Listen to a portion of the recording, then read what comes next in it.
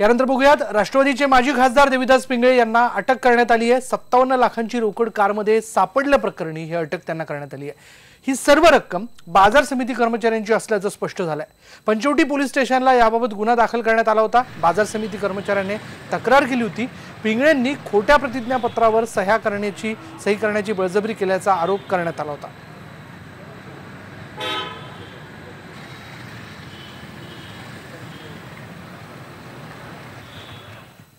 अखेर बाजार समितीचे संचालक नव्हे तर सभापती देविदास पिंगळे यांना अटक करण्यात आलेली आहे। देविदास पिंगळे यांना अँटी करप्शन ब्युरो खात्याने चौकशी केली होती। देविदासजी, काय सांगाल, तुम्हाला आज अटक करण्यात आलेली आहे? काय काय काय कितपत तथ्य या सगळ्या विषयामध्ये? त्याच्यात मला नाही वाटत काही तथ्य आहे म्हणून अलग लक्षामध्ये हे थोडंसं राजकीय एकंदरीत सगळं दिसतंय। हे सगळं राजकीय दिसतंय असं तुमचं म्हणणं आहे, पण जी कर्मचाऱ्यांची रक्कम होती ती खरोखर कर्मचाऱ्यांची होती का? कारण गेल्या वर्षी सुद्धा असं झालं होतं। कर्मचाऱ्यांचीच होती ना, असं काही झालेलं नाहीये।